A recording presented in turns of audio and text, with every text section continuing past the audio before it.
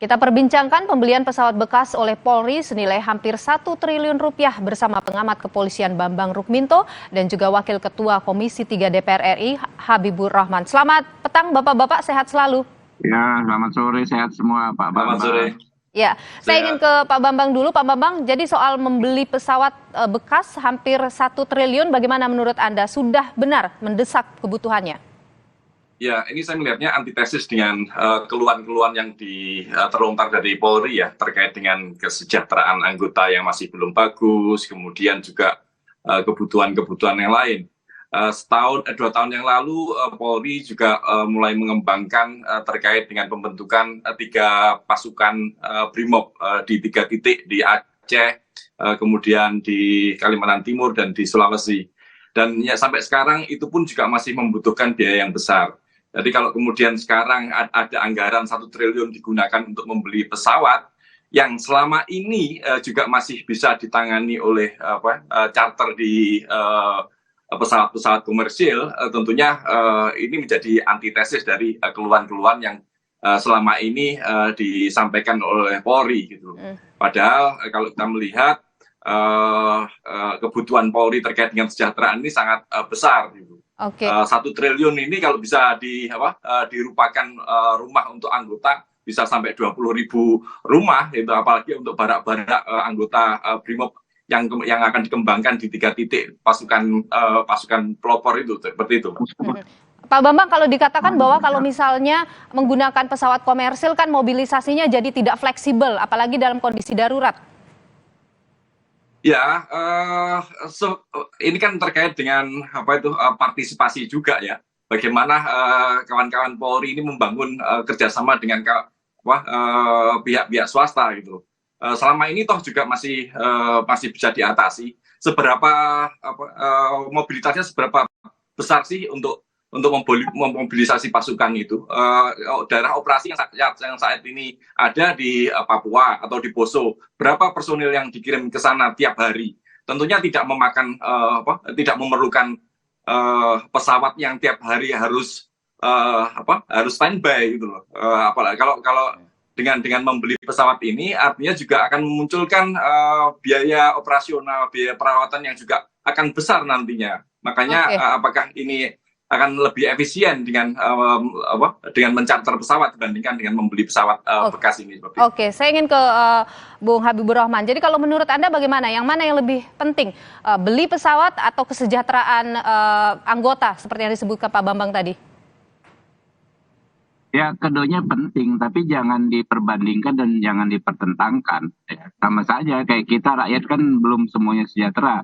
Apa perlu kita punya tempur, perlu kita punya kapal perang, apa nggak lebih baik beli kerupuk ya kan, apa nggak lebih baik beli beras, beli sembako, kan itu logika yang tidak pas menurut saya. Jadi soal penting nggak penting itu kan ada mekanismenya, penganggaran juga kan ada mekanismenya. Lalu kalau lihat angkanya 1 triliun ya memang uang yang banyak, tapi kalau bentuknya pesawat itu harga yang masuk akal gitu kan. Nah tentu usernya adalah Polri sendiri, yang lebih tahu detail adalah Polri sendiri. Nah, kita menduga-duga dari luar boleh saja memberi masukan dari luar. Nah, dan kalau dalam konteks anggaran ya kita ketat Mbak ya, sekarang ini kan zaman keterbukaan, tidak ada yang bisa ditutup-tutupi. Jadi institusi yang berwenang mengaudit anggaran misalnya BPK atau internal Polri juga mudah sekali melakukan pengecekannya apakah wajar atau tidak ya, kemudian mengandung pelanggaran atau tidak gitu. Tapi Bung Habibur Rahman, kalau menurut Anda memang sudah semendesak itu ya untuk membeli pesawat Polri? Ya sangat mendesak ya. Kita lihat ya situasi Indonesia ini, negara kepulauan yang amat besar ya, ujung ke ujung itu.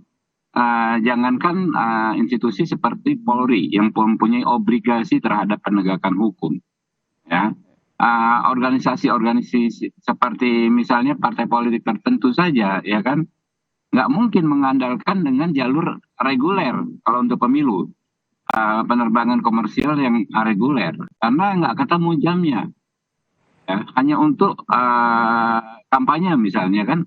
Itu kan pada naik pesawat yang non reguler gitu kan. Apalagi institusi yang mempunyai obligasi atau kewajiban untuk menegakkan hukum yang sangat-sangat urgent. Oke. Nah, itu penting sekali. Jadi DPR mendukung begitu ya pembelian pesawat ini? Sangat mendukung ya kalau saya pribadi ya. Ini kan kita belum ada diminta sikap resmi ya. Tapi menurut saya ini sangat pas lah. Oke, Pak Bambang, kalau dikatakan oleh Pak Habibur Rahman tadi bahwa ini nggak apple to apple kalau membandingkan antara kesejahteraan anggota dengan masalah membeli pesawat. Memang kalau Pak Bambang melihatnya di mana sih letak tidak urgennya membeli pesawat ini? Iya, bahwa kebutuhan terkait dengan mobilisasi anggota personel ke daerah-daerah itu memang ada ya. Tetapi untuk urgen, saya rasa tidak gitu loh. Tapi kalau dikatakan ini kan karena sudah mendekati pemilu 2024. Mungkin kebutuhan akan lebih besar lagi, bagaimana? Seberapa genting sih pengamanan pemilu itu? Di daerah-daerah sudah ada polda-polda, ada satuan-satuan brimob gitu. Kalau kemudian mobilisasi itu pada titik-titik rawan, bukankah seyogyanya penambahan pasukan pelopor brimob yang 3 titik itu juga lebih dikedahukan lebih dulu gitu loh. Anggaran untuk pembentukan pasukan brimob di satu titik itu 550 miliar. Itu sudah menjadi dua titik yang bisa segera dipercepat gitu, daripada membeli pesawat yang kemudian juga akan menambah kos yang ada, kos operasional, kos perawatan, maintenance seperti itu kan.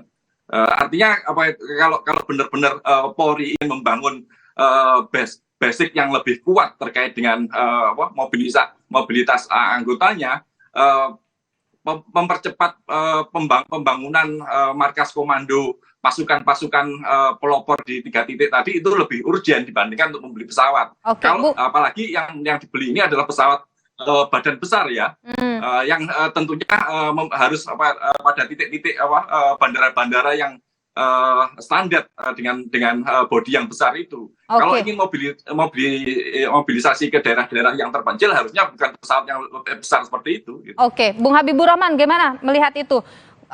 Kan tidak semuanya juga bisa dijangkau. Kita nggak perlu debat kusir soal teknis begitu, repot. Kita kan bicara kebijakan. Yang ngerti kebijakan secara detail itu adalah usernya, polisi. Dan yang perlu dikedepankan ya, jangan diangkat isu eksklusivitasnya. Misalnya, eksklusif beli pesawat yang mahal, mewah, 1 triliun. Nggak mungkin lah, ya kan. Polri kita sekarang sudah dikawal rame-rame kok, gitu. Nggak mungkin. Apalagi untuk mengambil keuntungan sebagian kecil, misalnya pejabat di Polri. Enggak lah, gitu loh. Jadi menurut saya ya sudahlah. Kalau memang perlu, beli saja. Yang penting prosesnya, ya. Penganggarannya benar, itu aja. Oke, kalau dikatakan kenapa belinya yang Boeing misalnya, toh tidak semua wilayah Indonesia punya. Mbak, sorry ya, capek kita kalau berdebat soal teknis, karena kita ngomong A nanti situ ngomong B, kita ngomong B, situ ngomong C, D dan seterusnya gitu. Ya balik-balik yang tahu itu Polri. Kalau memang butuh, menurut saya silahkan beli ya. Kami support full sepanjang mekanisme penganggarannya baik, sehat, nggak melanggar aturan. Itu aja. Oke, jadi DPR yang digarisbawahi apa, Bung Habibur Rahman, soal pembelian ini? Mekanisme penganggarannya nggak bermasalah. Itu aja. Nanti kan bisa dicek. Itu kan harganya berapa, yang bidding siapa, ya ikut tender siapa, pemenangnya siapa, gitu. Oke, baik. Pak Bambang, toh ini pesawat sudah dibeli ya Pak Bambang ya, tapi apa yang jadi catatan nanti kalau Anda lihat ke depannya? Ya, seperti disampaikan oleh Bang Habibur Rahman ya, terkait anggaran ini sudah clear, BPK juga melakukan pengawasan, tentunya tidak akan menjadi masalah gitu.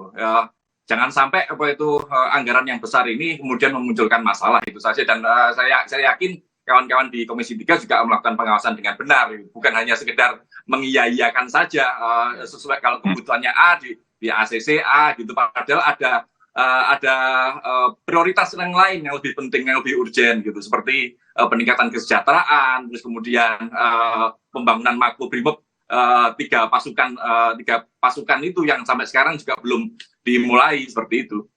Oke, Pak Habibur Rahman, bagaimana nanti ke depannya pengawasan dari DPR?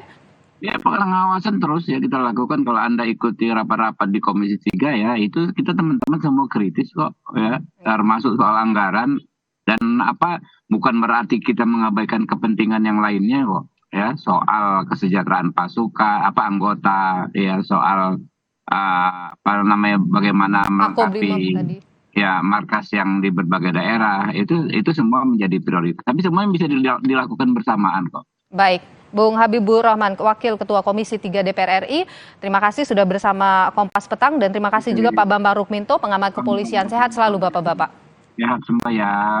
Baik, saudara, kami masih